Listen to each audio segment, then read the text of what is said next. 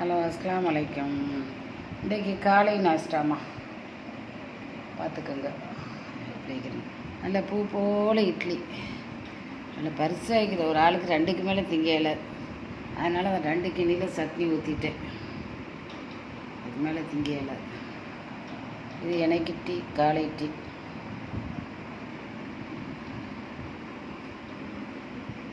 அழகான இட்லி, பஞ்சாய்க்குது, பஞ்சு போல வைக்கிது. குஸ்பு இட்லி நல்ல பரிசாக ஊற்றினேன்.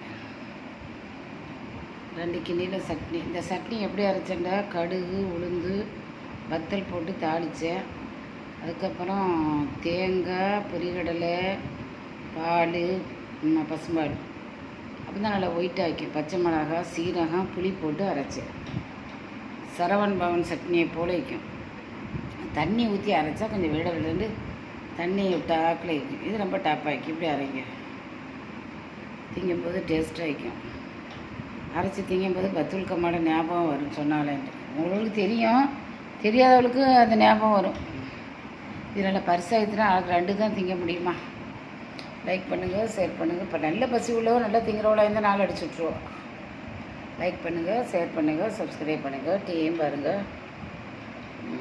காலை நாஸ்டா. அஸ்ஸலாமு அலைக்கும்.